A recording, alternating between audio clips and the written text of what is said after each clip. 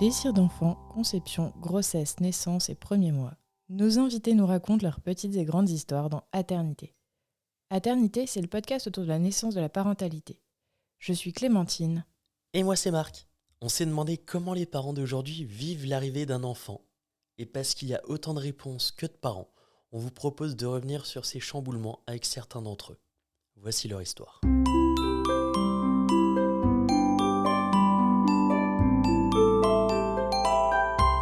Bonjour à tous, bonjour à toutes. Aujourd'hui, nous partons à la rencontre d'Haroun et Visha qui nous font le plaisir de nous partager leur histoire. Bonjour Visha. Bonjour Marc. Bonjour Haroun. Bonjour Marc. Bienvenue sur Aternité. Haroun et Visha sont les parents de la petite Nilaya, belle princesse joliment active d'1 an et demi. Ils vont nous raconter leur histoire, de leur rencontre il y a maintenant 10 ans à aujourd'hui, de leur début de vie de couple à ce début de vie de parents, en passant par cette envie d'enfant très partagée. Le tout au sein d'une famille, d'une véritable communauté, présente et soudée. Du coup, je vous laisse vous présenter et nous raconter comment vous vous êtes rencontrés. Alors moi c'est Visha, j'ai 30 ans, je suis la maman du coup de Nilaya, on vit en région parisienne, je suis actuellement manager dans une entreprise de service et je fais partie d'une grande famille parce que j'ai 2 grandes sœurs avec qui j'ai 10 et 15 ans d'écart et je suis du coup la petite dernière. Donc moi c'est Haroun, j'ai 33 ans, j'habite en région parisienne et je travaille dans les éditions juridiques. Donc moi je suis pareil, le petit dernier, j'ai 2 sœurs, un grand frère et on s'est rencontrés... Il y a maintenant 10 ans. Ouais, la première fois que je l'ai vu. C'était un barbecue. Mais le flash. Ouais.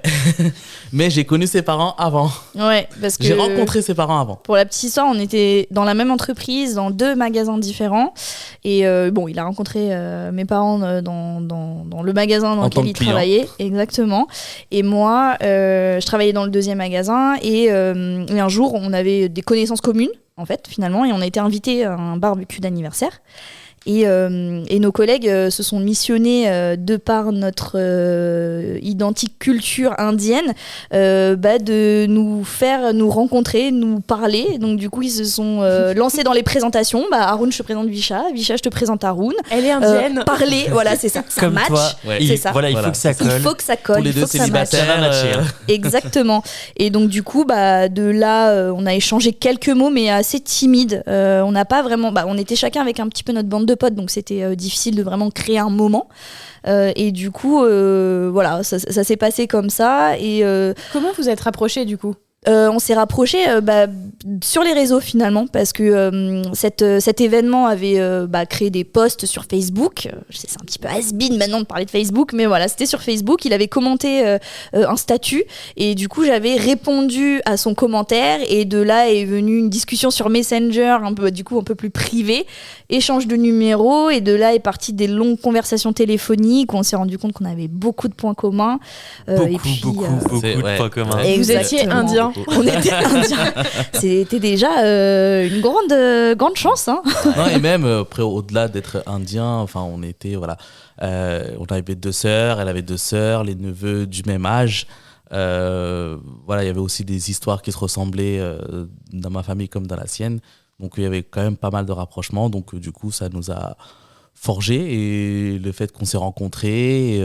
Et ce goût pour la famille, l'importance de la famille dans vos 2 situations, quoi. Exactement, ouais, c'est ça. Donc il y avait de mon côté ma famille, de son côté la et puis sienne, l'investissement aussi, parce qu'on peut avoir une grande famille et ne pas être forcément investi et se sentir proche de sa famille, mais on était tous les 2 très investis avec nos neveux, avec nos frères et sœurs, et en fait on s'est retrouvés là-dedans, dans cette situation familiale finalement. Ouais.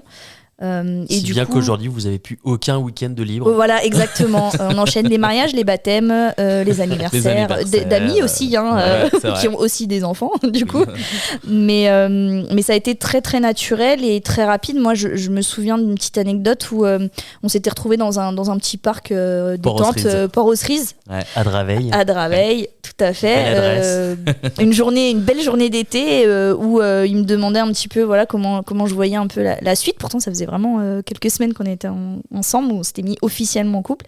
Et je lui ai dit spontanément que c'était l'homme de ma vie et que je voulais être la mère de ses enfants. Donc le désir finalement d'enfant est venu très naturellement et très spontanément. Ouais. Et 10 ans après, du coup, c'est le cas. C'est ça. Du coup, en 10 ans, qu'est-ce qui s'est passé parce que vous étiez encore tout jeune, vous aviez quoi, 21, 24 ans? Ouais, c'est ça. Tout à fait. Exactement, ouais. T'es forte en calcul. Là, j'avais 21 ans, j'étais en plein dans les études et pourtant j'ai réussi à me projeter. Lui avait une situation stable parce qu'il travaillait déjà. Mais du coup, on a mis un petit peu de temps, on a mis 5 ans à emménager ensemble dans notre premier appartement. Mais parce que les situations nous permettaient pas, enfin la situation au début de notre relation nous permettait pas financièrement de s'installer. Et de par aussi notre culture, il fallait un petit peu être sûr de son choix parce que derrière ça a entre guillemets des conséquences parce que comme on est très proche de notre famille, si on présente quelqu'un et qu'on se dit on se lance dans un emménagement, potentiellement dans un mariage, etc., il fallait qu'on soit sûr et qu'on verrouille un petit peu la relation, quoi. Donc, ouais, c'est ça. Et du coup, on a emménagé en 2018. C'est ça. En pleine Coupe du Monde. Et on a regardé le premier match. Qu'on a gagné, l'équipe qu'on de a gagné. France, C'est ça. en plein emménagement. On le rappelle. Ouais, exactement. On leur a porté chance, peut-être. Je ne sais pas. C'est sûr. Et ouais, on s'est installé à Brétigny-sur-Orge. C'était notre premier appart. On savait pas ce que ça allait donner de vivre ensemble parce que voilà. On se connaissait depuis plusieurs années, mais fait pas de vivre ensemble, en fait. C'est un gap. Qu'est-ce que c'est, c'est un quoi. cap. C'est un cap. Qu'est-ce que c'est de vivre ensemble? Et on a appris. ça s'est bien passé. Hein. Ouais, on a appris. Et, Si on a pris du poids.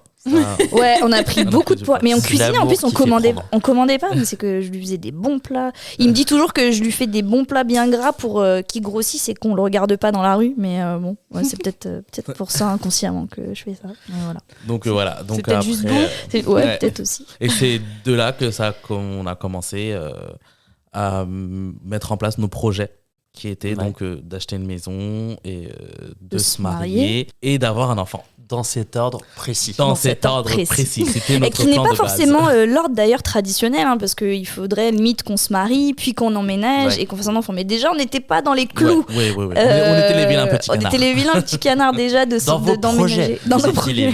Ouais, c'est ça. Exactement. Donc emménager ensemble, déjà, c'était un petit peu hors clou, hors cadre. Mais après, on s'était dit, vas-y, mariage, enfant, et ça se déroulera comme ça. Et puis, on était en pleine pandémie, finalement, de Covid. Donc, on a quand même prévu de se marier en août 2020, mais avec tout ce qu'on connaît de cette situation, on a dû décaler notre mariage 2 fois. avec 2 fois, une première fois en juillet 2021, puis ensuite en octobre 2021.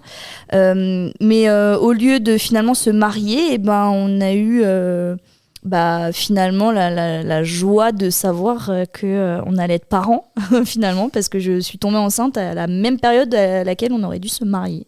Une très belle Alors, surprise. du coup, Très belle surprise. Comment ça s'est passé? Le truc, c'est que j'étais sous contraception naturelle, entre guillemets. En fait, je suivais mes cycles sur une application parce que j'avais pris la pilule pendant des années et j'avais vraiment envie d'arrêter. Haroun m'a suivi, a été un soutien infaillible sur cette prise de décision. Et du coup, on a très bien suivi ce sujet. Enfin, j'étais très rigoureuse. J'avais mes cycles qui étaient très réguliers, etc. Tu suivais ça comment? Par application. Okay. Avec les périodes d'ovulation, enfin voilà, comme on le connaît. Et la seule fois en 2 ans où j'ai pas été rigoureuse, et finalement c'est la surprise qui est tombée d'être enceinte fin août 2020. Et belle surprise. Et très belle surprise. Juste pas Très dans belle l'ordre, surprise. mais très belle Juste surprise. pas dans l'ordre du coup. Alors, à partir de là, effectivement, on n'était plus, on n'était plus du tout dans le plan, on n'était plus du tout dans notre projet, donc il fallait tout accélérer. Terre inconnue. C'est ça. C'est En ça. fait, voilà, elle est tombée enceinte, du coup, il fallait déménager. Donc trouver une maison et annoncer aussi à la famille. Mais ce qui est marrant, c'est qu'on avait quand même démarré le projet maison avant. C'est vrai. Mais du coup, cette annonce a quand même accéléré. Et l'annonce, je me souviens, c'est que j'avais eu un retard de règles, j'avais eu des aigreurs, et c'est des choses qui m'arrivaient jamais. Ouais. J'étais pas du tout sujette à ce genre de choses. Donc du coup, ça a trotté dans ma tête pendant bien 2-3 semaines, en fait, avant de me dire, faudrait peut-être que j'en parle à Haroun quand même, parce qu'il est concerné. Donc un matin... Justement, on va y venir. Ouais. On va arriver à un thème qui me plaît beaucoup. C'est comment tu l'as appris, Visha, cette grossesse? J'ai, pendant quelques jours, voire semaines, dès que je mangeais, j'avais des aigreurs. Ce qui ne m'arrivait jamais. J'étais quelqu'un qui n'avait pas ce genre de problématique. Donc, je me posais un petit peu des questions sur le pourquoi du comment. Et puis ensuite, j'ai eu des retards, voilà, classique. Donc, ça me trottait dans ma tête pendant des jours et des jours. Mais j'ai gardé ça parce que je voulais pas faire combien paniquer. De temps Quasiment 2 semaines. J'ai gardé ça pour moi, tout ce cheminement. En fait, je me disais aigreur, retard, oulala. Puis après, un matin, ça met la puce à l'oreille. C'est quand ça. même, hein. On était en congé et en fait, on s'est réveillés tranquillou. Et je dis à Haroun, je crois que je suis enceinte. Et du coup, il me dit, quoi, mais il était pas réveillé. Donc il me dit, quoi, qu'est-ce qui se passe? Bah oui, je crois, on peut aller à la pharmacie, s'il te plaît, parce que là, j'avais vraiment beaucoup trop de retard. C'était pas normal, j'étais très très réglée. Donc du coup, on est parti à la pharmacie. On a acheté le petit test de grossesse. Alors, on a pris la Rolls-Royce du test de grossesse. C'est ça qui te met depuis combien de temps, pourquoi, comment. Et du coup, on a fait le test à la maison. Et il s'est avéré qu'il était positif et que j'étais enceinte de 3 semaines environ. Après, c'est pas très très précis, mais ça te donne grosso modo une petite idée. Et donc, je suis ressortie avec le test en disant Haroun, c'est positif, on va être parents. Et toi, du coup, Haroun? Après, moi, quand je l'ai su, j'étais à la fois content et à la fois angoissé. Ouais. Parce que c'était pas du tout nos plans de base. Voilà, à la base, on avait d'autres projets. C'était pas du tout le projet qu'on avait prévu. J'étais angoissé aussi par rapport à ma famille, par rapport à comment je vais l'annoncer aux parents, parce qu'on avait cette tendance à vouloir se marier avant de fonder une famille. Ça n'était pas le cas, tu vois. Donc, du coup, c'est un plan que vous aviez annoncé un petit peu à votre famille, le côté bien réglé, première étape, deuxième étape. Oui et non, mais c'était le plan. C'est classique. Classique dans notre culture, je pense en fait. Voilà, c'est quelque chose de tacite, c'est pas quelque chose qu'on se dit, c'est pas quelque chose qu'on nous inculque. C'est même pas un plan, en vrai. Exactement. C'est même pas un plan, ça devrait se passer comme ça. Voilà. Mes frères et sœurs, c'était comme ça. Donc moi, j'ai voulu suivre aussi cette trame-là. Okay. Et finalement, non. Voyant que ça se passait pas comme prévu. Voilà, c'est ça. Et après, j'étais un peu angoissé, le fait d'annoncer à maman, comment elle va réagir, parce que maman, elle est très pieuse, elle est très culture, voilà. Donc, au final, ça a duré combien de temps, ce moment de flottement? Une semaine. Une bonne semaine. Une bonne semaine. Ouais, d'angoisse un peu. Ouais. C'était tous les soirs, on se regardait, ce qu'on allait faire, etc. Enfin, voilà, après... On voulait tous les deux cet enfant-là, mais comment il fallait réagir, voilà. Mais au final, on a pris. Je pense que ce qui était difficile, c'était que moi, dans ma famille, j'avais une de mes sœurs qui avait fait ses enfants entre guillemets hors mariage et une de mes sœurs qui avait fait la trame classique. Et donc du coup, j'avais du mal à comprendre ses angoisses. Et du coup, c'est pour ça qu'on a mis du temps, en fait, je pense, à cette grosse semaine, parce qu'elle paraissait longue, du coup, à se coordonner pour se comprendre et pour accepter que chacun ait une vision différente, en fait, finalement, sur cette annonce de grossesse. Et au final, en fait, je me suis angoissé pour rien. Ouais, pourquoi pour rien? Parce que tout s'est bien passé, tout le monde l'a bien pris. Mais comment tu l'as annoncé du coup? J'étais avec mes parents, j'avais mon frère, on est parti manger au resto et voilà, je lui ai dit que.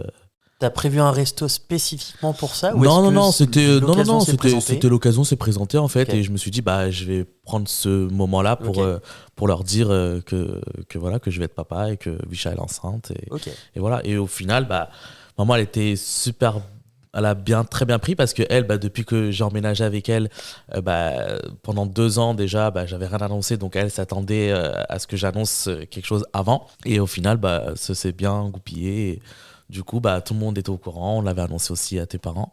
Ouais. Vous l'avez annoncé à combien de temps? Donc aux familles, si mes calculs sont bons, si j'ai bien compris, c'est 3 semaines, on fait le test, 1 semaine plus tard, 1 semaine d'angoisse. Exactement. Voilà. On annonce ça à ta famille Haroun. Ouais. Et ta famille... peu près 1 mois du coup. Parce qu'il y a eu même pas un jour de battement entre son annonce et la mienne en fait. Ouais, donc du coup, j'étais quasiment à 1 mois. Entre-temps, j'avais pu faire ma prise de sang parce que pour le coup, j'avais fait qu'un test de grossesse. Je m'étais pas ruée à en prendre plusieurs. Okay. Du coup, j'avais fait ma prise de sang avec tous les taux qu'on connaît, etc. Et du coup, j'avais eu la confirmation pendant cette semaine dite d'angoisse. Ok, donc toi, t'as pas fait 36 tests de grossesse avant? Non, j'ai pas été de ce genre-là parce que je me connaissais vachement. J'étais vraiment à l'écoute de mon corps et je savais qu'il y avait quelque chose qui se passait. Donc le test a confirmé, la prise de sang a reconfirmé et finalement une fois que cette semaine-là est passée, il a annoncé, comme il disait, à sa famille, et puis on est allé l'annoncer également du coup à mes parents. Alors ce jour-là, il y avait toute ma famille, donc avec mes parents, mes sœurs, mes nièces, etc. Et pareil, moi j'avais pas du tout d'angoisse, pour le coup j'étais surexcitée de leur annoncer parce que leur garder un secret avec ma famille c'est compliqué, moi j'ai du mal, je suis très proche de mes sœurs, donc il faut absolument que je leur raconte toute ma vie. Donc du coup là j'ai pu le dire, et la réaction qui m'a le plus émue, c'est mon papa qui a pleuré de joie en fait, que son bébé est un bébé. Je pense que ça a été vraiment un trop plein d'émotions pour lui. Ma mère a été aussi super heureuse. Et voilà, finalement tout s'est fini. Tout s'est bien fini. Super bien, quoi, malgré les angoisses. Okay. Et après c'était le bonheur. Après c'était. Et après vous l'avez annoncé du coup à vos amis dans le même élan, ou vous avez attendu un petit peu? On a attendu quand même 3 mois. Ouais, les 3 mois réglementaires. Ah oui, okay. On a attendu vraiment 3 mois et on était, je sortais plus. Du coup, pour pas faire d'erreur ou quoi, faire de gaffe. Faire de gaffe avec mes potes, etc. Et en plus, ils me connaissent, donc du coup, ils peuvent savoir très facilement ce que je cache. Donc du coup, je sortais pas beaucoup. Et on a attendu des 3 mois. Un peu plus même, exactement. Pour pouvoir réunir tout le monde le même jour. Après, j'ai réuni tous mes amis chez moi et je leur ai fait l'annonce. Ok. T'avais préparé cette annonce-là? Oui, j'avais préparé. En fait, j'avais un truc. Discours, non, mais j'avais pris l'échographie. Ok. Donc, je l'ai imprimé en petit pour mettre dans une enveloppe. Ouais. Donc, j'avais une quinzaine d'enveloppes. Okay. Du coup, voilà, j'en distribué à chacun. Ils ont tous ouvert en même temps. Et ils s'y attendaient? Certains s'y attendaient. Parce que l'annonce, je l'ai fait un peu en gros. Ouais, du coup, et puis, ils s'y attendaient. On n'avait plus rien d'autre à annoncer. Le mariage était décalé. Ils savaient qu'on allait se marier. On avait déjà acheté la maison. Il n'y avait pas grand-chose à annoncer pour faire ça en grande suite. Voilà, c'est ça. On sait. Ok, ça marche. Et du coup, début de grossesse, comment ça s'est passé ce début de grossesse pour vous? Alors pour moi, les 3 premiers mois, sans surprise, des nausées. En plus, c'était très particulier parce qu'on déménageait justement de notre appartement à notre maison. Et en fait, on a eu un moment de latence entre les signatures. Je ne vais pas vous refaire le film. Et donc, du coup, on a vécu 3 semaines chez mes parents. Donc, pendant ces 3 semaines-là, j'étais nauséeuse, je vomissais. L'odeur du café d'Haroun me faisait vomir. Le dentifrice me faisait vomir. Donc, c'est pas l'odeur d'Haroun qui te fait vomir, ça va. C'est cool. Ouais, le parfum, ça allait. Mais alors, le café... Et puis, il était très gentil. Souvent, il me demandait de le faire. Parce qu'il oubliait que du coup j'avais envie de vomir avec son café. C'est vrai que j'oublie. Mais c'est pas grave, comme on s'aime beaucoup, voilà, ça passe. Mais le café c'était très compliqué. Rien, le café. Mais voilà, ce début de grossesse c'était ça. Vraiment 3 mois, sans surprise, c'est classique. 3 mois de nausées, d'extrême fatigue, ça m'a vraiment étonnée parce que je faisais pas beaucoup de choses, j'étais beaucoup en télétravail de par les nausées, etc. Je voulais pas trop prendre la route, donc du coup je mettais ça sur le coup d'un peu de la maladie. Je disais que je me sentais pas bien, en plus avec le Covid, le télétravail était vraiment de mise, et donc du coup je faisais pas grand chose à part être sur mon ordi, regarder un peu la télé, etc. et j'étais extrêmement fatiguée. Et ça, et en fait, ma sage-femme, au cours des rendez-vous, me disait non, mais attendez, ça puise, le premier trimestre puise énormément d'énergie, en fait. Tout votre corps est pompé, toute votre énergie est pompée, et c'est vrai que c'était vraiment fatigant. Ok. Et particulier. Sachant que tu continuais de travailler. Ouais. T'as arrêté de travailler quand? Alors c'est un peu particulier parce qu'il y a un moment où j'étais en extrême fatigue dans le premier trimestre où je me suis arrêtée 2-3 semaines. Puis après j'ai repris, c'est ça, j'ai repris je crois début d'année. Et puis et après est arrivé très vite le congé maternité. Mais j'ai quand même eu des coupures parce que j'arrivais plus, malgré le télétravail, j'arrivais plus à me concentrer. Puis à un moment il faut s'écouter et se reposer. Donc voilà. Ok. Toi, Haroun, tu l'as vécu comment ce début de grossesse? Très bien. Non, après, je l'ai pas. Je savais qu'elle souffrait un peu quand même, parce que la nuit, voilà, elle n'arrivait pas trop à dormir, les nausées, la fatigue, le travail. Donc, voilà, je ressentais ce qu'elle ressentait aussi. Mais après, moi, dans mon quotidien, j'allais au boulot, je revenais, je demandais comment ça allait. Bon, après, elle avait des... Quand je te demandais ça va, tu commençais à pleurer. Ah ouais, les hormones, ça commence. Les hormones d'humeur, là. Oh là là. Ouais, c'est ça, les changements d'humeur. Déjà que je suis assez sensible comme personne, alors dès qu'il me demandait ça va et que je le voyais partir au travail, je pleurais. Ouais. Et quand donc il revenait, il dit tu m'as manqué. C'était un peu compliqué, donc au travail, je pensais à ça, mince, elle est toute seule, etc. Ouais. Bon, en même temps, il fallait que je travaille. Ouais. Donc voilà, donc dès que je finissais le travail, je rentrais rapidement. Mais ce qui était compliqué pour revenir sur la situation du Covid, c'est que du coup mes rendez-vous médicaux avec la sage-femme, je les faisais sans lui.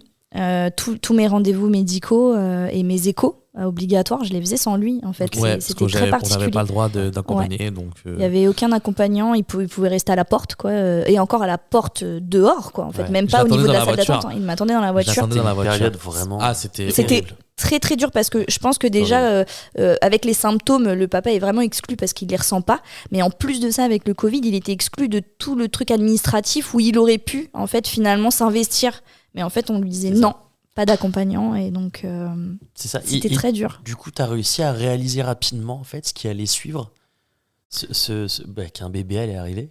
Ah oui, non mais moi je savais que il y aura un bébé incessamment sous peu, mais tant qu'il n'était pas là, ouais. Je réalisais pas trop le fait que... mais je savais que j'allais avoir un bébé fin mai. Ouais. Et du coup, les deuxième et troisième trimestres? Le deuxième trimestre aussi, sans surprise, j'étais dans la norme. C'était un petit peu En fait, ça a commencé par, entre guillemets, la lune de miel. C'est-à-dire que je n'avais plus de nausées. J'avais un regain d'énergie. Je faisais des trucs à la maison, alors qu'avant, je pouvais pas. Et puis, malheureusement, j'ai eu un petit souci de santé qui m'a valu une petite opération, anodine pour le bébé et sans danger.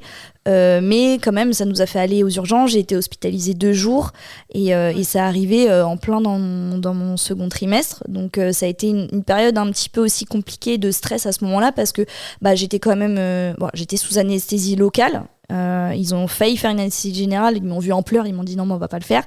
Et ce qui était très drôle, et la petite anecdote, c'est que Nilaya, en fait, dans le ventre, elle bougeait à fond les ballons. Ouais. C'est-à-dire que pendant toute l'opération, comme si elle voulait me rassurer un petit peu et me dire mais t'inquiète maman, je vais bien, concentre-toi sur ton opération et moi tout va bien. J'ai vraiment ressenti ça quoi. Ouais, c'est vrai que c'était inquiétant. Après l'opération, c'était pas dangereux ni pour la maman ni pour le bébé, mais c'était quand même inquiétant parce que elle était enceinte et ils ont dit ça comme ça en fait. Oui, voilà. Ils ont dit il faut vous opérer d'urgence en fait. C'était d'urgence. C'était d'urgence. Ouais. Donc on n'avait pas le choix en fait. Ouais. On pouvait pas dire on va attendre. On attend la naissance ou après la naissance. C'était maintenant quoi. C'était limite vital. Et après son opération, donc elle a subi aussi les infirmiers qui passent tous les jours. Ouais. Pour changer le pansement, etc. Okay. Et à ça se rajouter la fatigue. Et l'entrée dans le dernier trimestre qui commence à être pesant parce que le poids, elle bougeait énormément, donc ça me faisait très très mal. Elle bougeait jour et nuit. Elle ne dormait pas dans le ventre, j'ai l'impression. Enfin, je la sentais tout le temps. C'était la fiesta. Donc du coup, la lune de miel a vraiment pas duré longtemps, quoi. Je pense que ça a duré 1 mois au lieu d'un peu plus. Ouais. Donc, mais après ce 3e trimestre, il était quand même très long. Moi, c'est ça en fait. J'en avais marre. J'avais envie qu'elle sorte. On me disait oui, en plus, les premiers, vous allez forcément à terme. Je disais mais non, mais moi, je veux pas aller à terme. 3 semaines avant, c'est bien aussi, comme ça. Puis je voyais un petit peu le côté congé mat qui allait commencer, etc. Et on avait dépassé la date. Non. Bon non, elle était prévue le 29 et j'ai accouché le 27. Ah oui, d'accord, ok. Ouais. Bon, elle était déjà faite, en fait. Ouais, c'est ça. Donc voilà. Voilà, petite frayeur au second trimestre et puis après, plus l'impatience en fait de rencontrer son enfant parce que ça commence à être long. Oui. On sent qu'elle interagit en donnant des coups, en reconnaissant la voix d'Haroun, en reconnaissant ma voix. Et du coup, on a envie de la voir, quoi. Mais en même temps, ça fait peur parce que je me disais, elle sera plus à moi qu'à moi. Je me disais, ça y est, une fois que j'aurai accouché, elle sera à tout le monde et pas que à sa maman. Donc ça a été... c'était aussi des petits trucs à gérer sur cette fin de grossesse. Ok. Toi, Haroun, du coup, le deuxième, ce que j'ai retenu, c'était qu'il y avait un côté très anxiogène avec l'opération. Et le troisième, tu l'as vécu comment ? Troisième trimestre. Bah, le troisième trimestre, j'attendais. Ouais. On attendait. Dans Après, l'attente, oui, hein, c'est vrai, on attendait parce que Visha aussi, elle voulait absolument, quand est-ce que ça va venir. Elle disait, allez, sors et tout.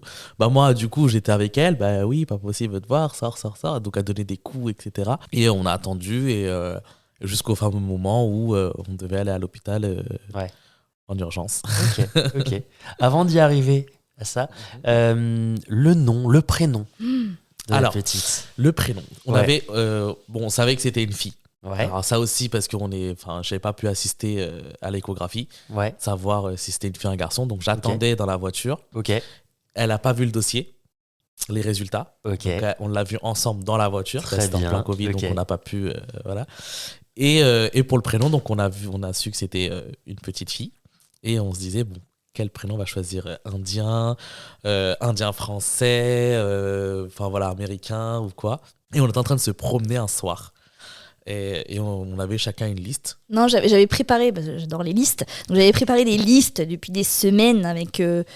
alors à l'époque, comme on savait pas le sexe, une liste fille, une liste garçon. Et moi, j'avais vraiment envie d'un prénom à connotation indienne. C'était parce qu'on a tous les deux des prénoms à connotation indienne, donc c'était important que notre fille aussi, ou notre fils, parce qu'on savait pas le sexe. Et du coup, en effet, on se baladait et je lui faisais un topo de mes deux listes. Donc si c'est une fille, si c'est un garçon... Et du coup, je te laisse peut-être raconter la suite. Oui, après, c'était... on était en promenade et elle disait sa liste. Et elle avait dit Nila. Donc Nila, en indien, ça veut dire lune. C'est joli. Oui. Et j'ai disais, mais Nila, mais Nilaya, c'est plus joli. Et là, Visha, elle a fait, ah oui, Nilaya, c'est très joli.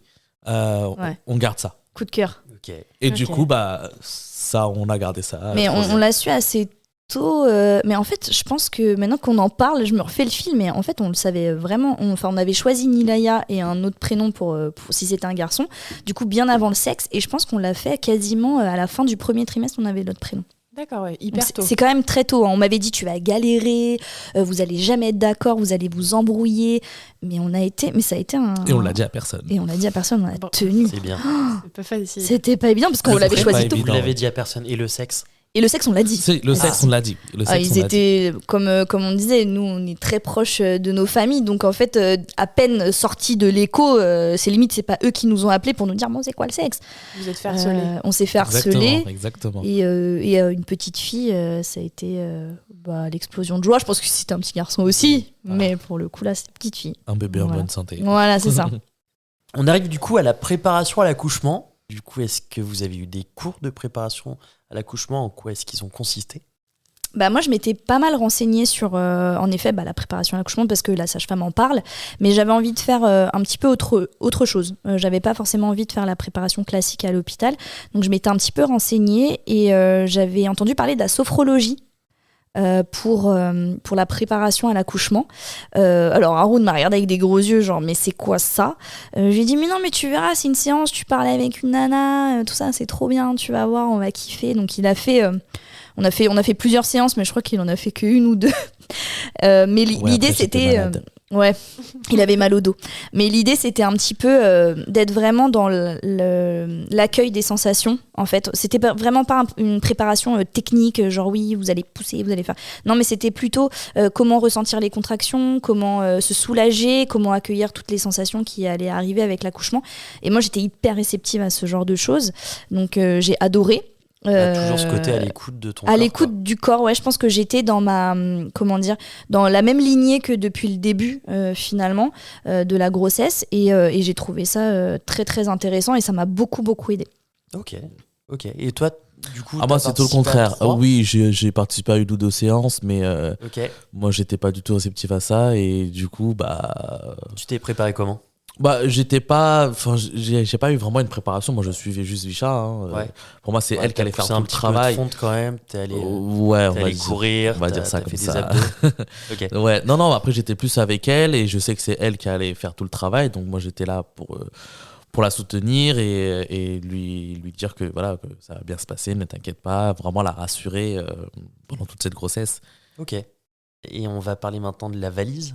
La valise maternité, la fameuse. La fameuse. Oui, j'ai fait des listes très très tôt. Mais c'est toujours pareil. En fait, je pense que c'est toutes les femmes. Alors, je vais pas faire de généralité, mais je regardais les maternelles tous les matins. Je sais pas si c'est tout le monde fait ça, mais moi je l'ai fait. Non, oh mince, je crois pas. J'ai fait une généralité pour rien. Je regardais les maternelles et donc du coup je prenais tous les tips, tous les sites qui donnaient pour avoir la meilleure valise de maternité et j'avais fait, je pense sur des feuilles A4, 4 feuilles A4 différentes pour savoir qu'est-ce que j'allais ramener pour moi, qu'est-ce que j'allais ramener pour l'enfant, qu'est-ce que j'allais ramener pour nous deux, parce que je sais pas moi, il y a peut-être des choses qu'on a en commun, côté hygiène, les couches, les machins. Et en fait j'avais fait un listing, j'avais écit en couleur noire je crois. Quand c'était ok, je mettais un tic vert et quand c'était pas ok, je mettais un truc rouge. Et j'ai fait ça pendant des mois jusqu'à ce que ça soit ouvert. C'était assez intéressant pour la liste, elle était toute seule. Hein. Moi, j'ai pas. Elle a été terminée quand cette valise ? Très tôt, à 3 semaines de l'accouchement. Je sais pas, j'étais persuadée que j'allais accoucher 3 semaines avant. Ok. Et du coup, pour moi, c'était prêt début mai. J'étais ready. Et lui, il me regardait avec des yeux, avec mes listes. Il me disait, mais t'es folle. Mais j'étais, mais j'ai besoin de préparation. Et du coup, on a attendu quand même 3 semaines. Ouais, avec la valise prête dans la chambre. De se projeter aussi. Ouais, ça permettait de se projeter. Oui, ouais, complètement. Sûr, on était vraiment à fond dedans. Du coup, la valise était prête, bouclée, pleine. Pleine à craquer. Voilà. Est-ce qu'il y a des choses là-dedans qui vous ont servi à rien du tout ? Oui, parce qu'on te demande des genres de boléros pour le nouveau-né, genre les de petits gilets, les genres de brassières. Et ils t'en demandent 3 ou 4, mais t'en utilises qu'une parce qu'en fait, comme t'as des pyjamas chauds, plus la gigoteuse, plus la couverture, mais en fait, tu lui mets pas ces autres couches. Ils m'avaient dit absolument d'apporter des couches, mais en fait, ils m'ont dit non, mettez les couches de l'hôpital. Donc, du coup, j'avais des paquets de couches pour rien. Et puis, moi, je m'étais mis 50 000 pyjamas alors que ça servait à rien. Voilà, y a quand même pas mal de choses. En fait, j'avais une énorme valise. Je pense que j'aurais pu partir avec une valisette. Ça aurait été pareil. Okay. Voilà, c'est juste ça. Dernière question, important. Dernière grosse question. Haroun, est-ce que tu as fait une couvade pendant cette grossesse ? Alors, apparemment. D'après qui ? D'après mes amis, mais bon, je sais pas ce que c'était. Parce que après, je finissais aussi ces plats. Ouais, la base. Donc, voilà. Donc, je finissais ses plats, je mangeais mon plat et de temps en temps, on essayait de faire de commander des burgers, etc. Est-ce que ça réchauffe le cœur ? Oui, et c'est surtout qu'elle finissait jamais. Ouais. Et moi, je déteste le gâchis. Ah ouais, je comprends. Et du coup, j'ai tout mangé. Une couvade responsable. C'est ça. Exactement. Non, mais après, oui, j'en ai fait un, mais bon, je voulais jamais dire que c'était une couvade parce qu'au début, je savais pas ce que c'était et au final, j'ai vu que j'avais pris un peu de poids quand même. Et c'est là que je me suis dit ah oui, donc c'est ça une couvade. C'était pas un mythe. C'est ça. Ok, et merci beaucoup. Et du coup, tu ne l'as pas perdu comme Visha a pu perdre pas mal de kilos en accouchant, tu ne l'as pas perdu. Non, après si, vite fait, mais bon, parfois ça revient. Mais pas aussi vite, du coup. Pas aussi vite. Ah non. Et du coup, toi, Visha, comment ça s'est passé ? Comment ça a commencé la naissance ? La naissance. Alors, c'était... donc, j'ai accouché un 27 mai, en fait, dans la nuit du 26 au 27. Et j'avais eu, 24 heures avant, dans la nuit d'avant, des contractions. Voilà, j'avais très, très mal dormi. Il n'y avait aucune position qui allait. Mais elles étaient quand même très, très espacées. Mais j'avais passé une très très mauvaise nuit. Ça a continué en fait toute la journée, les contractions, et en fait plus on avançait dans la journée et plus les contractions étaient fréquentes. Quand on est arrivé un petit peu au moment fatidique, ma mère venait de nous déposer, je sais pas, peut-être une gamelle, un truc à manger peut-être pour le soir, je me souviens plus du tout. Et elle a vu ma tête, j'ai vu qu'elle avait un petit peu, qu'elle s'inquiétait un petit peu parce qu'elle me voyait fatiguée, etc. Mais j'avais vraiment des contractions très douloureuses dans le dos en plus, donc c'était vraiment très difficile à soulager. C'était très très difficile.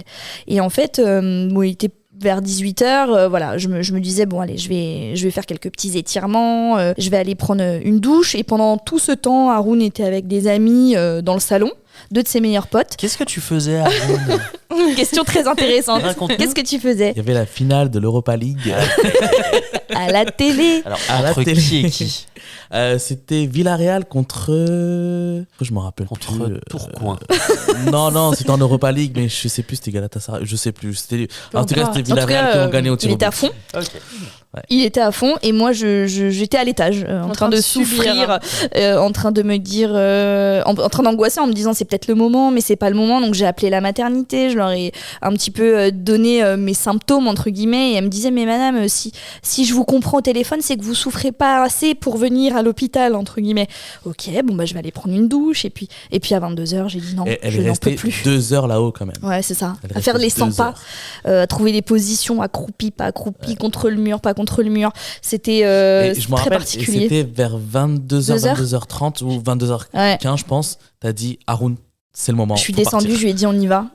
J'ai dit va prendre la valise, mets-la dans la voiture et c'est parti. Et après, j'ai laissé les clés à mes potes et j'ai pris la voiture. Il s'est passé quoi dans ta tête? Et là, c'était un peu la panique. Il y a le match. Et Non, mais à côté, il y a la en fait, couche de ma fille. justement, j'avais complètement oublié ce truc-là, mais c'était, c'est maintenant, quoi, Ça les y gars.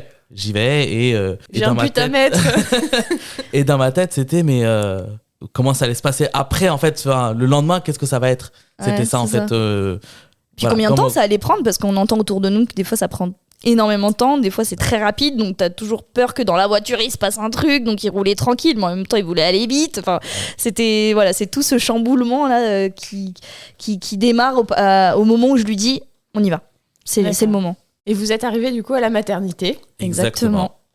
On arrivait à la maternité et T'as pas pu rentrer avec moi pour le pré-examen, c'est un genre de pré-examen. Ouais, bah on était toujours dans une ambiance de Covid, faut se remettre dans le contexte.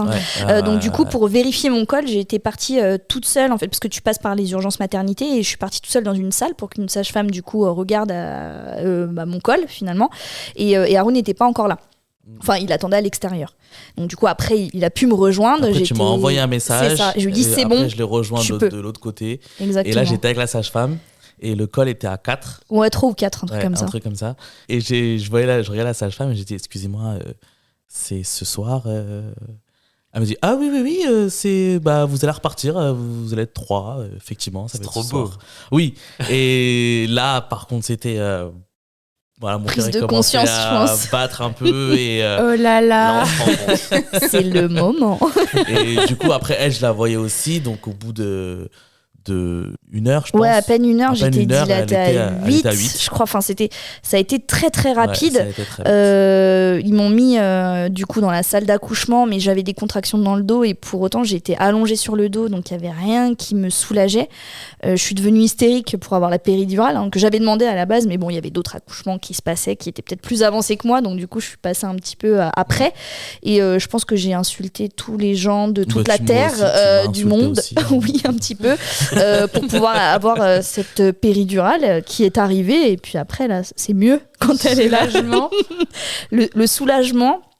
Et puis surtout, quand la sage-femme fait des allers-retours pour vérifier l'ouverture du col, je me dis mais ça va super vite. Et puis à un moment, elle arrive et puis elle me dit maintenant, il va falloir pousser, madame. Et là, tu fais ok, ça y est. Moi, ils m'ont demandé parti. de me mettre à l'arrière, derrière elle en fait. Et j'étais en train de tenir sa main. Et voilà, après le travail, ça a commencé quoi. Et c'était très long, j'ai poussé 40 à 45 minutes, très long, surtout qu'à la fin finalement j'étais en phase descendante des contractions, donc du coup même si je poussais, les contractions étaient pas assez fortes pour que bébé sorte, et il restait vraiment 2-3 poussées pour que la tête, vraiment que les derniers membres sortent, et du coup ils nous ont dit ventouse. Et là, je me suis dit, ventouse à la rigueur, pourquoi pas, mais Nilaya avait tellement de cheveux ils ont cassé 3 ventouses. Ça ne tenait pas sur sa super ça voulait pas tenir, chevelure. beaucoup de Ils cheveux. étaient limite MDR. J'ai cassé une ventouse, et puis la deuxième, et puis la troisième. Je me suis dit, mais elle va sortir à un moment donné, comment ça va se passer? Et après, ils nous ont annoncé, non, je suis désolée, je suis désolée. ils m'annoncent qu'ils vont prendre les cuillères pour pouvoir m'aider à sortir vraiment le dernier morceau. T'as pensé quoi à ce moment-là? J'ai paniqué, j'ai pleuré. Ouais. J'ai pleuré tout de suite parce que je voulais pas, j'avais entendu des histoires sur les potentielles séquelles qu'il pouvait y avoir. J'ai paniqué, puis je me suis dit, et c'est là que commence toute la culpabilité que peut ressentir une maman, c'est je vais pas y arriver toute seule, il faut que je me fasse aider. Comment ça? Non, il faut que je le fasse toute seule. Ça a été très très compliqué sur ce moment-là, et Haroun a été génial parce qu'il m'a dit mais ça change rien en fait, tu vas y arriver, on va y arriver. Et tu le fais déjà très bien, continue comme ça quoi. Bon après, pour dire la vérité, c'est vrai que moi aussi j'étais un peu en panique parce que je l'ai pas senti. Et après je pouvais pas te le montrer parce que toi-même elle a commencé à pleurer, donc du coup j'ai dit bon bah si moi-même je montre que je suis en panique, ça va pas le faire. Mais après les cuillères, ils ont utilisé ça pendant 3 secondes quoi, ça durait même pas moins de 5 secondes en fait, il restait vraiment un petit passage, enfin aider le dernier passage quoi, c'était juste ça. Et après elle a fait l'effort aussi de pousser en même temps que et ça a été nickel en fait. Les derniers mètres du sprint. Ouais, c'est ça. Une petite aide, voilà. Et du coup, le bébé est sorti et on était 3. Ça y est. Et comment ça s'est passé du coup cette rencontre? Elle a pleuré très peu de temps. Ah oui. C'était vraiment très très rapide. Hein. Ouais, elle a pleuré même là 10 secondes. Ouais, c'était vraiment le cri de je suis sortie. Ouais. Et après ils me l'ont amenée et nos regards se sont croisés. Elle avait des billes noires. Bon après on a des grands yeux avec Haroun pour pas dire gros yeux noirs. Et c'était pareil pour elle. Et donc du coup nos regards se sont croisés et ils l'ont mis sur moi et là ça a été c'est inexplicable en fait. C'est très dur de mettre des mots sur ce moment-là. C'était incroyable. Qu'est-ce que vous avez ressenti? Moi perso, j'ai pas de mots. Enfin, je sais pas comment t'expliquer ça tellement que c'était de l'amour, beaucoup d'amour. C'était vraiment. Et là, voilà, j'avais les responsabilités. Enfin, il y avait trop de choses dans ma tête qui venaient quoi. Du coup, il fallait que je la protège, il fallait que je m'occupe d'elle, etc. Donc, j'ai commencé à réaliser petit à petit que ça y est. Voilà, c'est le moment que j'attendais et que je devenais papa. Et responsable. Ouais, voilà. Moi, je l'ai ressenti vachement comme une concrétisation finalement de la communion que j'avais avec elle dans le ventre déjà, parce que je communiquais beaucoup. Je mettais beaucoup mes mains sur mon ventre, on me disait tout le temps pourquoi tu fais ça, etc. Mais j'avais besoin de ça, j'avais besoin toujours d'être en contact avec ma fille. Je lui parlais beaucoup quand j'étais solo sur mon canapé devant Netflix. Je lui parlais, je lui racontais des choses. Et en fait, ce premier regard, j'ai senti que en fait, on était déjà connectés, et ça a été la concrétisation finalement de toute la connexion qu'on a travaillée. En parlant de connexion, oui, en fait, juste une petite histoire, c'est qu'un soir, elle touchait le bébé dans son ventre et il bougeait plus. Ouais. L'angoisse. Et je crois qu'on l'a tous eu. Mais elle bougeait plus pendant 45 minutes. Ouais. Elle dormait. Mais j'avais pas l'habitude. Elle était en panique. Donc du coup, j'ai appelé les urgences. Et les urgences, ils demandent depuis combien de temps. Et moi, je dis, fait 45 minutes, 1 heure. Et la dame, elle fait monsieur, vous êtes sérieux? Limite pouffée de rire. Je crois. C'est 48 heures qu'il faut nous appeler. Ah ouais, 48 heures. Ouais. C'est vraiment. Donc, vous inquiétez pas, si pendant 48 heures ça continue, rappelez-nous. Ok. Et j'ai raccroché, et 5 minutes après, elle était là, elle fait c'est bon, je l'ai senti, elle a bougé. Ouais, mais c'est horrible. C'était un moment, je me souvenais plus de ça. C'était juste une petite histoire, je me rappelle. C'est ouf. Du coup, donc elle est née, c'était facile? Petites éraillures, non, oui, il y a eu des éraillures évidemment, enfin les poussées, la douleur etc. avec la péridurale ça va, mais j'ai eu quand même l'histoire des cuillères qui m'a quand même perturbée sur le moment, et puis après j'ai quand même eu une petite épisio de quasi 10 points, donc seulement 10 points, ouais, c'était pas évident, mais sur le moment on le sent pas en fait, c'est ça le truc, c'est qu'on vous dit on vous recoue madame, on vous met des points, combien 10, ok, tu te rends pas compte, c'est après que tu le prends pleine face. Et un petit peu plus compliqué parce que après. T'es encore sous péridurale. Mais bien sûr. Et puis t'as l'euphorie, je pense aussi, toutes les hormones, l'adrénaline. Tu ne sais pas, tu ne sais pas qu'est-ce que tu vas vivre après. Voilà. Ouais. C'est vrai, et tant mieux. Et tant mieux en fait, parce que je pense que j'aurais trop stressé. Non, bon, je l'ai pris en pleine face quelques heures après, mais sur le moment, je l'ai pas senti. T'avais plus Nilaya quand ils t'ont recousu? Ouais, c'est ça, tout à fait. Ok. Elle était partie. Elle était avec moi. Ouais. Avec son papa. Elle était avec moi. Et qu'est-ce qui s'est passé du coup ? Alors, en fait, dès que elle l'a gardée sur elle, ensuite la sage-femme l'a récupérée pour la nettoyer, etc. Donc après, avant ça, j'ai dû couper le cordon. Et du coup, on est parti la laver. Et à ce moment-là, on sortait le placenta. Donc la sage-femme, elle disait « Monsieur, s'il vous plaît, ne vous retournez pas. Si, madame, j'ai oublié ma sacoche. » Le gars s'est retourné. Est-ce que je me suis retourné et j'ai Spoil. vu le médecin qui portait le placenta, qui le posait sur la table. J'ai vu ça et je me suis retourné très rapidement. Je suis ressorti. Après, c'était des examens pour la petite, voir si elle marche. Mais à un moment, voilà, ils ont dû mettre des tuyaux aussi pour qu'elle puisse évacuer de la selle ou je sais pas ce que c'était. Et du coup, c'était du liquide noir. Ça m'a un peu... Oui, en fait, elle avait fait caca dans son liquide. Ouais, d'accord, ouais, c'était un truc comme ça, je pense. Et du coup, ouais, ça m'avait un peu... je m'en rappelle encore, quoi. Ouais, et j'ai dit à la sage-femme, excusez-moi, pourquoi vous faites ça à ma fille. et elle me répondait, monsieur, s'il vous plaît, ça fait 25 ans que j'accouche. Les femmes, donc je sais ce que je fais. Je sais faire la police. Ouais. C'est ça. Et toi, ensuite, ça t'a choqué quand même. Ouais, ça m'a quand même marqué, ouais, ça m'a un peu choqué. C'est parce que c'était assez... c'est violent à voir. C'est violent parce que, après, elles ont l'habitude, mais moi, c'est la première fois que je vois ça, donc c'est un peu... Sur un tout petit bébé en plus. Exactement, ça venait de sortir du ventre, quoi, donc... Donc hyper fragile selon toi. Apparemment non. Ouais. Et du coup après voilà, on a commencé à la laver et là je l'avais dans mes bras et elle me regardait avec ses yeux. Mais vraiment elle me regardait. Ouais, elle avait le regard vraiment perçant. Fixé, ouais. Ouais. L'instant incroyable. Ouais, c'est vraiment inexplicable. Et du coup, t'as pu rester après tout ça ? Non. Bah non, en fait... à quel moment t'as dû partir ? J'ai dû partir dans la nuit, je crois. Non, c'était déjà le matin. Je pouvais pas rester avec elle. 4h48, 43. Donc t'es arrivé à 22h30, t'as accouché à 4h48, enfin 22h30, 23h, 4h48. Ouais, quand même, ça fait déjà un joli travail. Et toi, t'as dû partir donc le matin. Ouais, c'est ça. Le matin tôt, je suis parti.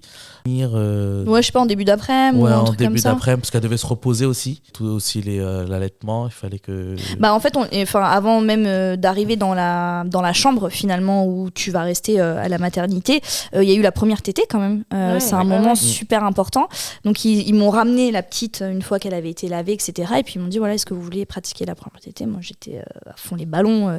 Juste pour redonner du contexte, moi à la base l'allaitement c'était pas trop mon truc. Et puis quand je suis tombée enceinte, je me suis mis à fond dedans pour dans des lectures en fait pour me renseigner, etc. Et je me suis dit je le tenterai. Après ça marche pas. Mais en tout cas j'irai à fond là-dedans. Alors tétée, j'ai dit bien évidemment. Et je l'ai mise au sein et ça a pris tout de suite. Elle a tété, un truc de fou. Même la sage-femme, elle a fait dis non. Ça savait le faire. Ça savait le faire. Un bel appétit. Un bel appétit. C'est ça. Et du coup, c'était un super bon moment parce que je me suis rendu compte que j'adorais ça et que j'allais essayer de faire en sorte d'avoir des montées de lait, de mettre toutes les chances de mon côté en tout cas. Et ensuite, ils me l'ont laissé quand même pas mal de temps pour qu'elle puisse téter, etc. Elle m'a un petit peu montré comment mettre le bébé sur le sein, etc. Enfin, elle m'avait un petit peu guidée. Il m'a accompagnée à la chambre et puis après, il est parti. Il est dû revenir quelques heures après. Moi, j'avais pu me reposer, j'avais dormi. Et puis, entre-temps, il y a quand même... l'envie, encore une fois, la famille qui revient au centre de tout ça, d'envoyer des textos, se faire un petit appel vidéo, parce que tout le monde était comme ça. Comment ça s'est passé ? Même si Haroun y donnait des nouvelles en quasi temps réel à tout le monde, il y a un moment de blanc aussi où on vivait notre moment à nous, donc il fallait qu'on puisse leur dire écoutez, tout va bien, elle va bien. Les premières photos aussi à la famille très très proche. Et puis commencer l'annonce finalement, même aux oncles, aux tantes, parce que voilà, comme on vous disait, on est très proche de tout le monde. Et après, une fois que ça s'est fait, je crois qu'Haroun est parti, puisque lui aussi, il fallait qu'il rentre, qu'il prenne une douche, qu'il souffle un peu et puis qu'il revienne. Je crois qu'il est revenu après en début d'après-midi. Et moi, j'ai pu il me semble que j'ai dormi 2 bonnes heures, parce que la petite, vu qu'elle avait tété, dormait. Donc j'ai pu me reposer quand même un petit peu. Après, il faut enchaîner parce que tout de suite, il y a les interventions un petit peu intempestives du personnel médical qui prend la température du bébé, qui prend moi ma température, regardez si tout va bien. Les variables du bébé. Ouais, mais il venait, je sais pas, toutes les heures. Enfin, moi, j'avais l'impression qu'il venait toutes les heures. Alors peut-être que c'était 3 heures, mais en fait, ton bébé se réveille, tu allaites. Après, il s'endort un petit peu dans tes bras. Après, il faut le poser. Puis toi, le temps de un petit peu souffler. Tu t'endors et t'as l'impression que tu repars dans la dynamique de on va prendre la température, comment vous allez, on va regarder si bébé va bien. Et t'as l'impression de vivre ça toutes les heures. Ouais. Mais peut-être que c'était 2-3 heures, je me souviens donc, pas trop. Toi, t'as trouvé. Donc, t'étais toute seule à la maternité. Oui. Avec Haroun qui venait quand même sur les heures de visite des papas, vu que c'était en plein Covid. Ouais. C'était autorisé de quelle heure à quelle heure? C'était 13, 14h, 20h, je crois, un truc comme ça. C'était un truc comme ça. 14h, 20h. C'était pas ouf. Très pas restreint. ouf. Ouais. Bah, après, le temps est long, du coup, entre 20h et 13h, quoi. Ouais. Mais j'ai pu quand même donner le bain, oui. la laver, la changer. Ouais. Et j'ai pu quand même faire des choses à l'hôpital. Ok, tu l'as vécu comment ce moment-là? Enfin, ces moments-là? J'avais eu peur. Ouais. En fait, j'avais peur de lui faire mal ou de la faire tomber ou je sais pas Ouais, j'avais peur. Peur, du coup, c'était très délicat. Tout doucement. Je prenais sa tête, je lui versais de l'eau. Mais après, ça s'est bien passé. Ça s'est bien passé. Et au fil de l'eau, enfin, non, quand même jusqu'à ces 3-4 mois. Ouais. Et puis la maternité, finalement, moi, ça m'a... le fait de cette période de Covid, on n'avait pas du tout de visite du coup de la famille. Et c'est vrai qu'en amont, on se disait mais c'est génial, on va être dans un cocon. Et puis moi-même, je me disais je pourrais vraiment me communier avec ma fille, quoi. J'aurais pas, parce qu'en plus on s'imagine bien évidemment toute la famille qui va débarquer. Et du coup, quand on nous dit ce sera pas le cas, on se dit c'est plutôt pas mal. Et en fait, j'aurais aimé, je pense avoir, enfin j'en suis sûre, avoir ma maman au moins en fait à ce moment-là, parce que je pense que j'étais passée du statut de fille pour ma mère à maman moi-même. Ouais. Et du coup, je pense que j'aurais eu vraiment besoin de son soutien, mais parce que moi, ça a jamais été très fusionnel avec ma maman, mais là, j'avais l'impression de comprendre, ça y est, toutes ces années avec ma mère. J'avais l'impression d'être elle, ça y est. Et d'avoir... Voilà, c'est ça. J'aurais adoré. Bon, après, c'était pas le cas. Donc, c'est des moments... Et puis, avec la fatigue, la chute d'hormones, je pense que t'es pas très bien. Des moments où je pleurais, je savais pas pourquoi. Bon, voilà, c'est des choses normales, je pense. Je sais pas comment ça allait après ton épisode 10 points. Mais là, je l'ai pris en pleine face. En fait, j'allais faire pipi, c'était une horreur. Donc je me retenais. Il me disait mais ne surtout pas vous retenir, allez aux toilettes. Mais oui, merci.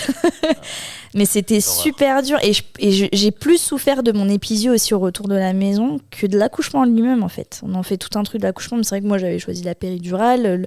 Finalement, même si c'était long, ça s'était plutôt bien passé. Donc en fait c'est le retour, ne serait-ce que même dans la chambre où t'es seule, c'est compliqué. C'est plus compliqué que ce qu'on le dit, quoi.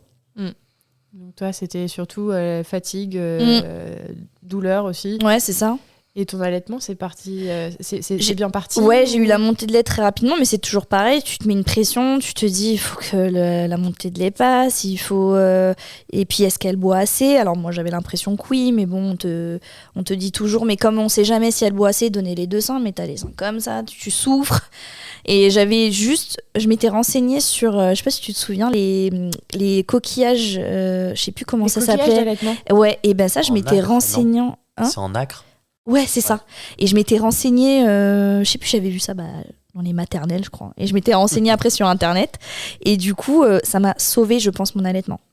Parce que j'en ai parlé après avec des amis et elles me disaient qu'en effet, le lait maternel cicatrisait.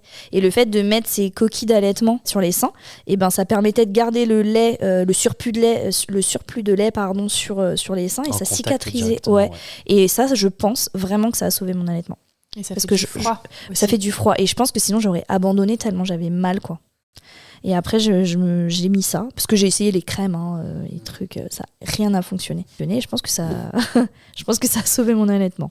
Donc, positif. Ouais. Et du coup, on parlait de la famille. Tu l'as vu au retour à la maison. Mais du coup, ce retour à la maison, il s'est passé comment ? Bah, c'était un moment assez particulier parce que du coup Haroun est venu nous chercher. Alors il y a toute une paperasse, je sais pas si tu te souviens.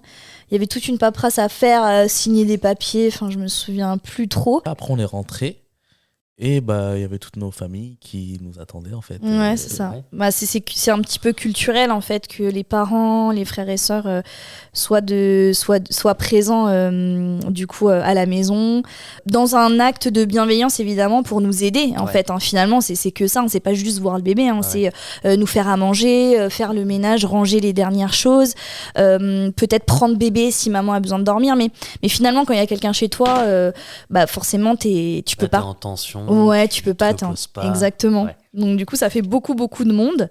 Mais après, on relativise évidemment. Et puis à un moment donné, de toute façon, ils partent. À un moment donné, on va dormir chez toi. Heureusement.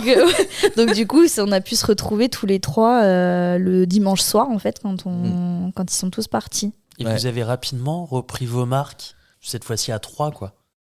Bah ouais, enfin franchement, on va pas dire assez facile, mais on savait qu'il y avait un être en plus avec nous, quoi. Et puis on avait tout préparé parce que le cododo était monté. Ouais, tout était prêt. Sa chambre, dans le son salon, lit, on avait un genre. Ouais, c'est ça. Tout était prêt, le cododo, c'est vrai que. Ouais, et puis dans le salon, on avait un genre de parc à barreaux, en fait, où tu pouvais surélever le matelas et on posait un petit lit, en fait. Enfin, c'était vraiment tout petit. Parce qu'elle a beaucoup dormi dans le salon avec le bruit et la vie. C'était important pour nous aussi de pas trop l'isoler tout de suite, qu'elle s'habitue un petit peu parce qu'on fait beaucoup de bruit. Et du coup, comme tout était prêt, on savait où la poser, où la mettre, la table à manger était là, les couches étaient là, les produits étaient là, donc finalement, c'était plutôt naturel. Ouais, exactement, c'était plutôt naturel, ouais.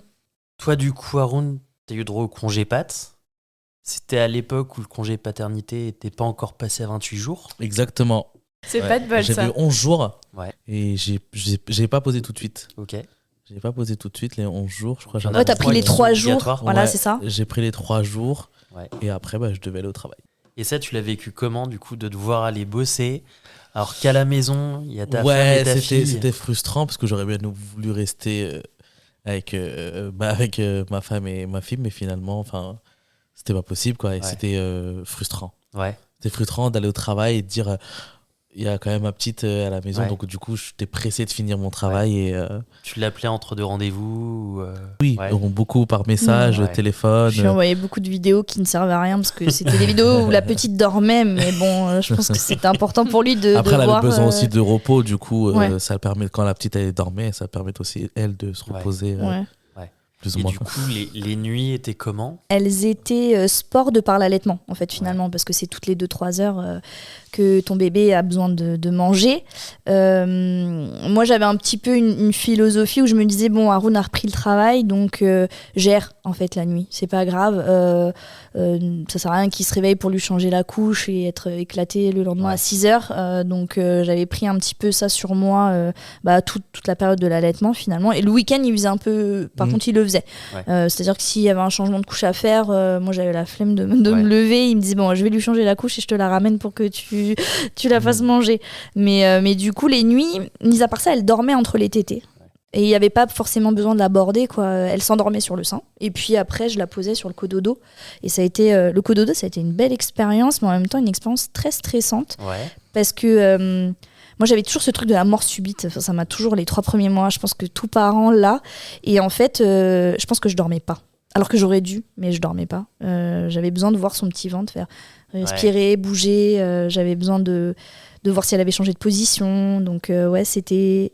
T'avais une oreille qui était aux aguets constamment. Complètement.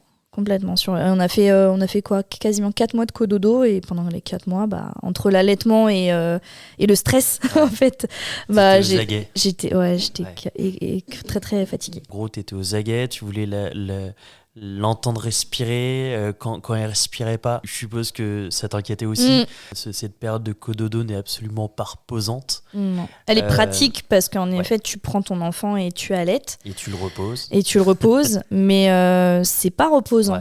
Non, c'est pas le terme que j'utilise. C'est ça. Et toi, Haroun, t'as su quand même te reposer pendant cette période ? Alors moi, enfin j'ai su me reposer, mais j'aurais bien, des fois je me levais avec elle quand le bébé il pleurait pour prendre le sein, mais je me disais que ça servait à rien en fait, parce que elle allaitait, même elle des fois elle s'endormait de fatigue, et du coup moi j'étais à côté, je savais pas quoi faire, donc elle me disait de toute façon, rendors-toi, tu travailles demain. Et... Je pense que ça aurait aidé si, par exemple, elle s'endormait pas au sein et qu'il fallait la bercer et marcher pour l'endormir. Mais nous, le truc, c'est qu'elle s'endormait à chaque fois au sein. Donc en fait, je la reposais et il y avait rien de. C'est vrai que sur le dodo, on n'a pas eu de gros soucis. À partir de son 5e mois, elle dormait toute seule. Ouais, dans sa chambre. Dans sa chambre. Donc on la posait et elle s'endormait. Ok, c'est beau. C'était c'est beau. Là-dessus, on a eu, à part, enfin si, il y a eu quand même des il y a toujours des nuits plus compliquées que d'autres, agitées, mais dans l'ensemble mais c'était quand elle tombait malade ou quand elle faisait ses dents, voilà. Du coup, cet allaitement exclusif, Haroun, tu pouvais sur le reste, d'ailleurs tu en parlais à la maternité, le bain, les soins, c'est quelque chose qui continuait de t'angoisser à ce moment-là ou pas? Et pendant combien de temps? Non, c'est pas le mot, mais je me suis dit que c'était fragile, il fallait pas lui faire mal, enfin voilà, j'ai des craintes. Ouais, c'était des craintes, ouais. Et en fait, quand je voyais Vicha le faire, elle me disait mais en fait c'est du caoutchouc, hein. Pour l'habiller, tu peux lever son bras, tu peux, voilà, donc ça va pas se casser. Voilà, c'est ça. Mais on sait pas. Et petit à petit, j'avais pris le pli, donc changer la couche, prendre le bain, mais il y avait toujours Vicha avec moi. Prendre le bain. Backup. Ouais. Puis plus elle grandissait, plus je me sentais à l'aise en fait. Ouais, plus tu t'affirmais sur ce rôle de c'est ça. père. Et du coup, le postpartum. Oui, c'était. Je pense que c'est beaucoup lié à la chute d'hormones. Enfin, pour mon cas, je pense que c'était beaucoup lié à la chute d'hormones. C'était. Comme Haroun a repris très rapidement le travail, finalement j'étais seule. Après j'ai ma mère et mes sœurs qui venaient quand même assez régulièrement déjà pour voir la petite dans un premier temps et aussi pour me soutenir, mais c'est vrai que tu te sens un petit peu seule et parfois démunie, t'arrives pas à prendre une douche tranquillement, tu peux pas aller aux toilettes tranquillement, t'as envie de manger, c'est là que bébé a faim, et en fait tu te rends compte que tu peux plus rien faire et tu sais pas comment le gérer. Donc, et des fois c'est un trop plein d'émotions, un trop plein de ras-le-bol, et du coup tu craques tout simplement. Ça a pas duré très très longtemps, mais j'ai senti des moments de déprime, si je puis dire, en fait, où t'es pas bien et tu sais pas qu'est-ce qui pourrait te rendre mieux. Est-ce que t'appellerais ça du baby blues? Peut-être, ouais. Je sais pas trop, parce que le baby blues, est-ce que c'est... après, c'est compliqué à expliquer. Je sais pas si c'est lié au bébé, etc. Non, mais j'avais pas de mal à m'occuper en fait de la petite, j'avais pas de crainte, j'étais très très à l'aise, mais c'est vraiment plutôt la partie d'émotion et de pas savoir comment gérer. T'es pas douché pendant 3 jours, et tant pis, mais moi je me mettais la pression, non, faut que je me douche tous les jours. Enfin voilà, c'est plus ce genre de choses en fait qui était compliqué à gérer. Ok, et le fait qu'Haroun monte, le terme est peut-être mal choisi, mais en compétence sur le côté échange, sur le côté soin, etc. Est-ce que c'est quelque chose qui t'a fait du bien? Ah oui, complètement, parce que du coup, j'avais plus besoin de changer la couche régulièrement, parce que c'est vrai qu'ils vont beaucoup à la selle, les petits, quand ils sont allaités. Ça n'arrête pas. Voilà, ça n'arrête pas. T'as l'impression de faire que ça toutes les heures, et donc du coup, oui, ça me permettait de faire autre chose, ou de juste de pas le faire, et moi de rien faire aussi. Ou parce d'aller que te laver. Ou d'aller me doucher, exactement. Tout simplement. D'aller aux toilettes aussi, parfois. Mais oui, bien sûr, on sent le changement sur les 3-4 premiers mois, mais après, il avait été très transparent et je comprenais un petit peu son inquiétude. Et en fait, je le voyais dans ses yeux, donc je pouvais pas le brusquer non plus. C'était pas le but. Le voir prendre confiance, à réussir, parce qu'au début, il arrivait pas à l'endormir aussi dans les bras.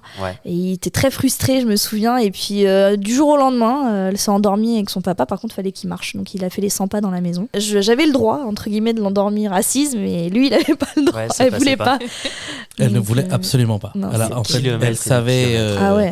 C'était les bras de papa, donc on va marcher. Dès que je m'arrêtais, que je m'asseyais, 2 secondes après, et avec maman, il n'y avait aucun problème. Elle était assise sur elle. En chaise à bascule, tranquille. Voilà, et elle s'endormait. Avec les jambes au repos. Il y a eu ensuite le côté pro qui est revenu. De ton côté, ça s'est passé quoi? Normalement, on reprend à partir de la naissance, je crois que c'est 3 mois à peu près, généralement. En tout cas, avec ma convention collective, etc., c'était à peu près 3 mois.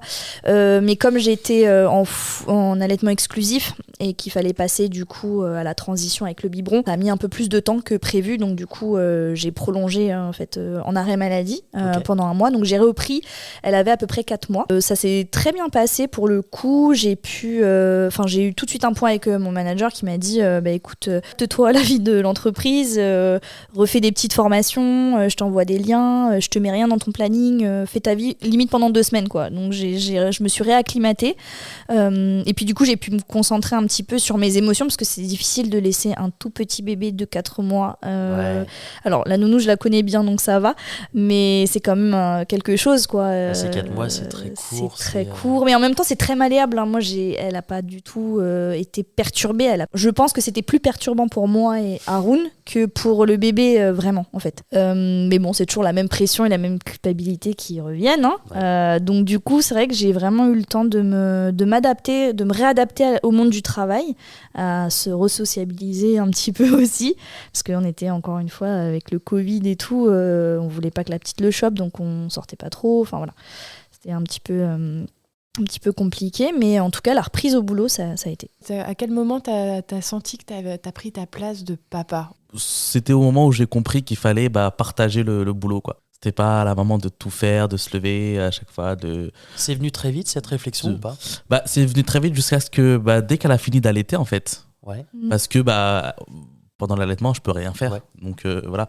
Donc une fois qu'elle a fini d'allaiter et qu'elle partait au travail, c'était il fallait partager les tâches. Ok. Donc, oui, du coup, l'allaitement s'est terminé à ta reprise du travail. Ouais. Vous êtes parti sur du lait. Un petit peu avant, parce qu'il y a la phase de transition où on fait du mixte. Et puis après, oui, en effet, au moment où on la laisse chez la nounou, en effet, elle est full biberon. Mais du coup, je pense que cette période de transition, ça lui a permis en fait, de pouvoir lui donner à manger, en fait, finalement, et d'avoir aussi des moments privilégiés avec elle. Ouais. Et du coup, il y avait quand même une petite soirée où je sais que j'avais tiré mon lait et j'étais partie au resto avec mes sœurs. Et je pense que ça a été quand même un petit déclenchement, peut-être, une prise d'assurance peut-être. Après j'étais tout seul, voilà, c'est vrai, et dans ma tête il faut pas que je l'appelle. Il faut assurer. Il faut assurer et j'ai assuré au final, j'ai donné le lait, elle s'est endormie, comme je disais pour le dodo, pas eu de soucis, elle s'est endormie au biberon. Et on la mettait au lit et ça roulait quoi. Et depuis, oui, c'est vrai que après elle aussi, elle avait pris de l'assurance, donc je peux le laisser tout seul. Donc c'était aussi des deux côtés en fait, une expérience pour moi et pour elle. Le fait qu'elle sache que je peux sortir tranquille quoi, sans se prendre la tête ou quoi. Donc c'est ça. Et au fil de l'eau, je me suis dit c'est comme ça, c'est le quotidien et puis ça roule quoi. Très cool. Alors aujourd'hui, comment ça se passe? Déjà, elle a quel âge? Nilaya, elle a 1 an et demi aujourd'hui. Ça file. Ça file. Ça file. Et vous, comment vous vous sentez en ce moment? C'est une autre étape. C'est-à-dire qu'au début, les premiers mois, c'est un petit peu une prise d'habitude. Enfin, il faut apprivoiser son enfant parce qu'on ne le connaît pas non plus. On a beau avoir cette connexion dans le ventre, etc. Mais on apprend à connaître son enfant qui se développe aussi par lui-même. Tout n'est pas génétique. Il a aussi des choses à lui. Et il faut apprendre ça. Du coup, apprendre aussi à être tous les trois, à avoir une troisième personne en fait, qui fait partie de notre vie. Donc, on est vraiment dans un apprentissage de son enfant au début, je pense.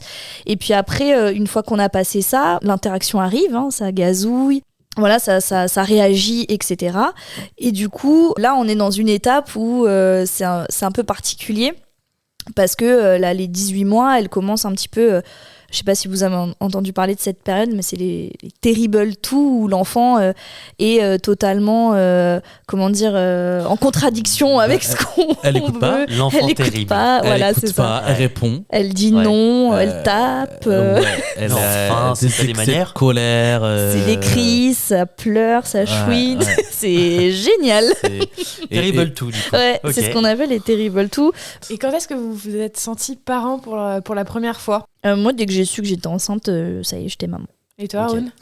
Moi, c'était un peu plus tard. C'était pas tout de suite. C'était, même pas... Quand je l'ai eu dans mes bras à la maternité, même pas à ce moment-là, parce que je me suis dit que j'étais responsable de quelqu'un. Et c'était vraiment quand tu as repris le travail, vraiment. On se rend compte qu'il y a une différence entre ce qu'on imaginait et la réalité terrain d'avoir un bébé. Pour moi, c'est plus, on focalise beaucoup les premières semaines. En fait, on se focalise beaucoup sur les premières semaines en se disant que c'est dur, qu'on va un petit peu en baver parce qu'il y a le manque de sommeil, il y a la fatigue physique, la chute d'hormones, un petit peu le bouleversement de la vie de couple, etc.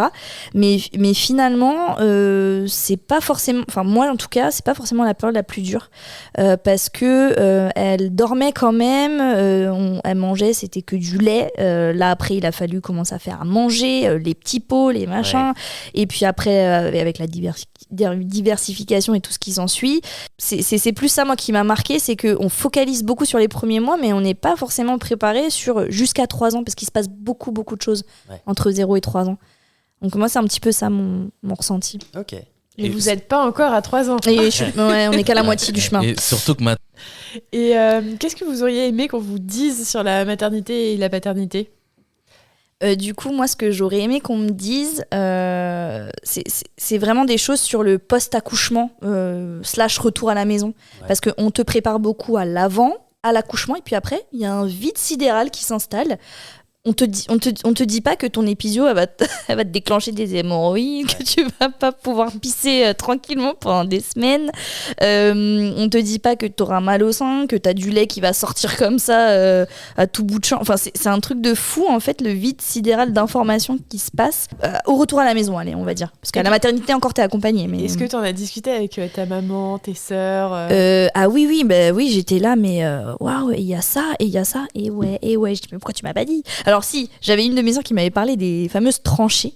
Ce sont les contractions après en fait l'accouchement qui sont aussi très fortes de par l'allaitement parce qu'en fait c'est des contractions qui te remettent l'utérus en place.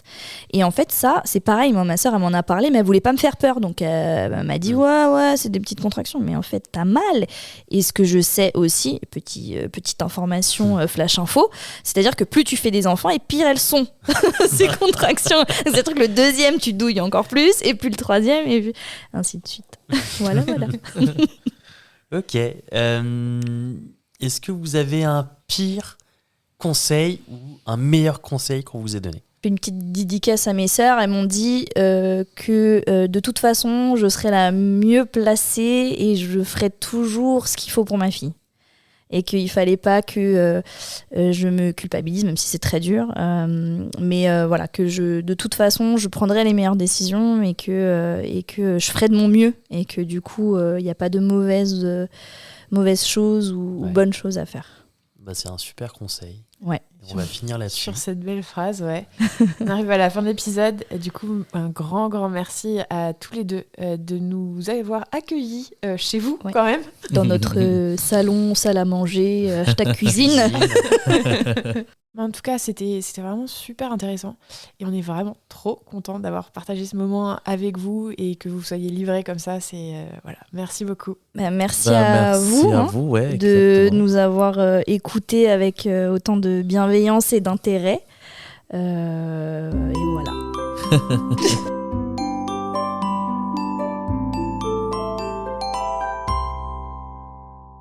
C'est la fin de ce premier épisode d'Aternité. Un grand merci à nos tout premiers invités qui ont accepté de se livrer et de nous raconter leur histoire. Un grand merci aussi à Tristan Simon qui nous a composé la musique des jingles. Enfin, un grand merci à vous, auditeurs, d'avoir écouté ce premier épisode d'Aternité. Comme vous l'aurez deviné, à chaque nouvel épisode, nous partirons à la rencontre de jeunes parents d'aujourd'hui afin qu'ils nous racontent leur histoire et comment ils sont entrés dans la parentalité. Si, comme Haroun et Visha, vous souhaitez nous raconter vous aussi votre histoire, n'hésitez pas à nous contacter en passant par le site aternité.com. Aternité, évidemment, c'est sans « et ». Merci. Bisous.